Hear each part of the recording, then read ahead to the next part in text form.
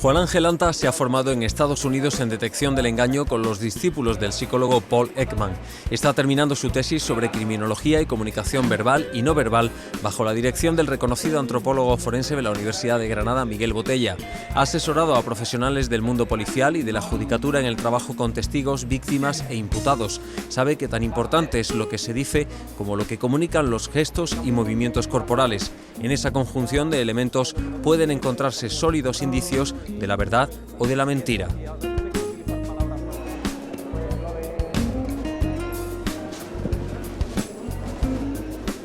Juan Ángel, muchas gracias por estar con nosotros. Estamos ahora mismo junto a la cafetería de la Facultad de Medicina. Aquí hay muchísima gente porque es una hora punta, hablando entre ellos, comunicándose.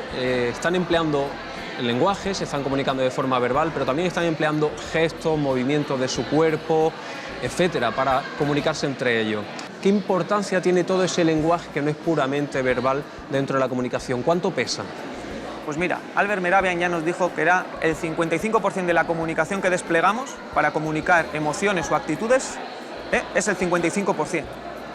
55%. La comunicación paraverbal, es decir, cuando hablamos y utilizamos un determinado tono de voz, le damos un asentimiento, utilizamos más pausas, lo paraverbal es el 37 más o menos. Entonces, en torno al 90 y pico podría ser la comunicación no verbal junto con la paraverbal. O sea, la verbal, en realidad, ¿qué decimos? Es en torno al 7, al 10%.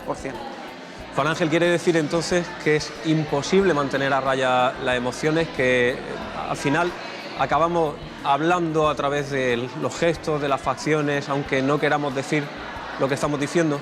Sí, imposible es nothing, como dicen los americanos, pero es muy complicado. Lo que sí está claro es que hay una serie de emociones que son básicas y Paul Ekman ya nos dijo que son universales. Entonces, el que sean universales y el que sean básicas quiere decir que son innatas a nosotros. Las reflejamos cuando queremos de una forma muy amplia y cuando no queremos en una fracción de segundo. Entonces, si no queremos mostrar tristeza, se nos va a reflejar un poquito en la cara o en nuestro abatimiento del cuerpo, etcétera, y lo podemos identificar. Además, ayuda mucho a la comunicación, porque nosotros, cuando hablamos por teléfono, no tenemos por qué gesticular, y sin embargo gesticulamos, casi exactamente igual como si tuviéramos a la otra persona delante.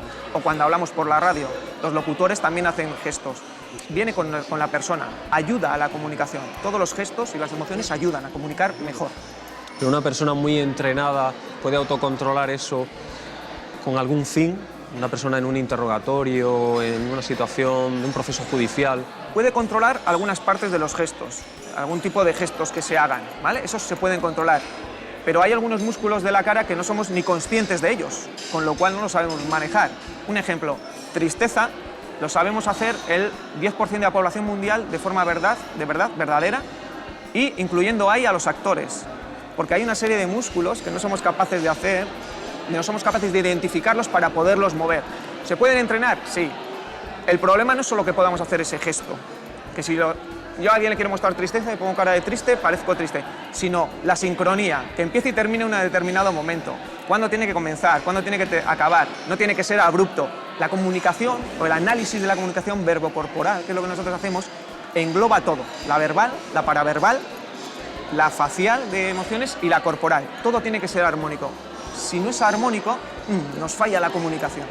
En esta situación soy yo el que pregunta, usted el que responde, pero pongámonos en el caso contrario. ¿Qué cosas buscaría en mi comportamiento, en mis gestos, para detectar si yo estoy mintiendo o no? Sé que es imposible que lo cuente en el espacio que tenemos, pero ¿qué cosas buscaría o qué cosas descartaría o qué cosas serían importantes? Primero, tratar de saber más o menos cómo te comportas tú, perdona que te tutee, en un contexto más o menos natural, lo que nosotros llamamos comportamiento natural, ¿vale? Entonces tendríamos una entrevista, una charla, estaríamos hablando de determinadas cosas y me voy fijando cómo mueves la cabeza, qué haces con tus gestos, qué haces con las manos, si te mueves mucho, si te mueves poco, cómo utilizas la comunicación, si hablas mucho, si utilizas muchos verbos, si das muchas vueltas a lo que te estoy preguntando o no, contestas de forma directa.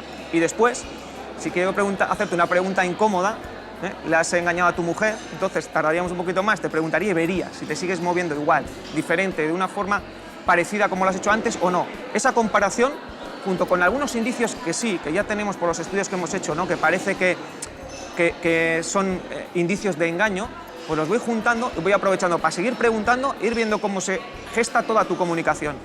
que veo que no es sincrónica, que no tiene sincronía lo que dices con lo que estás haciendo, entonces tendré que ir apuntando determinados ítems y decir, bueno, pues creo que en este momento no estabas diciendo la verdad, porque hay muchos indicios de engaño. Y en todo lo demás creo que hay indicios de veracidad, no puedo decir que sea mentira. Eso es en lo que nos fijaríamos, pero son muchos, son todos. Pues cuando dices que sí y haces que no con la cabeza, por ejemplo. O cuando decimos sí, conozco sobre esto y levanto los hombros. Eso es indiferencia, no sé, o me importa un huevo, no, o me da igual, ¿vale? Entonces cuando hago esto y estoy diciendo sí, lo conozco, mal asunto. Un ejemplo, zapatero. ¿Cuánto cuesta café? 75 céntimos. Y levanta el hombro. Pues no lo sabía, en realidad no lo sabía. ¿En qué situaciones son útiles estas técnicas?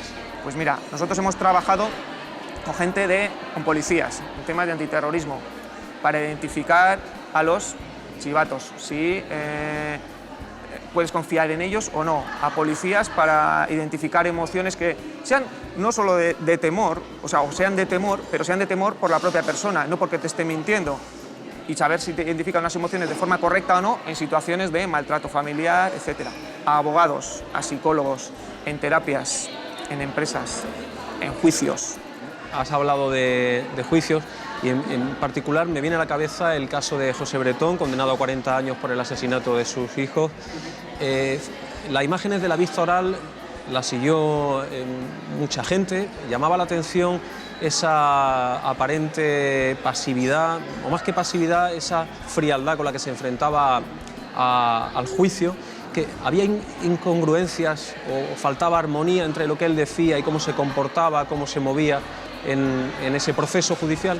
Hay dato curioso, porque esto es lo que suele comentar todo el mundo, ¿no? Parece que tenía una cara hermética. Bueno, tenía una cara hermética, más que hermética era como para presionar, para intimidar a los testigos.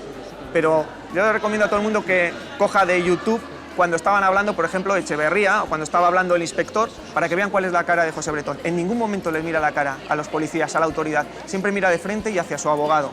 Y luego, otro vídeo bonito es cuando hace su speech final, cuando habla al final y dice que él no ha cometido estos delitos, que se le imputa todo este delito, que es absolutamente inocente.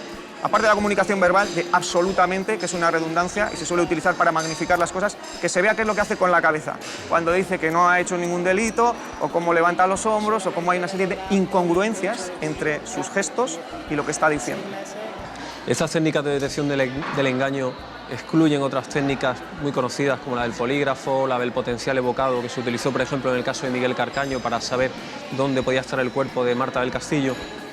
Más que excluir, a mí lo que me gustaría es englobarlas, o sea, que todas aporten su granito de arena para tratar de llegar a lo mismo, ¿no? Si estamos tratando de identificar engaño. Lo que pasa es que hay que ser conscientes que las máquinas lo que nos valoran son parámetros fisiológicos, entonces tenemos en cuenta los parámetros fisiológicos, pero luego todo eso hay que juntarlo con la mentira. La mentira es un constructo, es más complejo. Alguien puede palpitar mucho más, alguien puede tener una mayor presión arterial o puede sudar más, no solo porque esté mintiendo, sino porque tenga miedo o porque se enfada con la persona que tiene enfrente o porque le gusta a la persona que tiene enfrente. Pero incluso las pupilas, son todos parámetros que no podemos controlar, pero todos esos parámetros se pueden alterar por diferentes causas. Entonces, lo suyo es tratar de descubrir esas causas. Con el polígrafo el problema es que no podemos preguntar más que sí o no. No podemos preguntar y que nos lo justifique. Entonces, estaría muy bien para tener una serie de pruebas y decir, aquí creemos que no está siendo, o aquí pensamos que puede estar mintiendo. Y entonces, con eso, antes o después, hacer entrevistas y ayudarnos de todo lo demás. Porque nosotros nos comunicamos con comunicación verbal y corporal, ¿no? Y nos entendemos por todo ello, por lo que la sentimos. Tratar de reducir eso solo a los parámetros fisiológicos es un poquito complejo, ¿no? Muy bien, pues muchísimas gracias por estar con nosotros, ha sido un placer y esperamos volverte a ver aquí en Conciencia de nuevo. Gracias. Encantado, gracias a vosotros.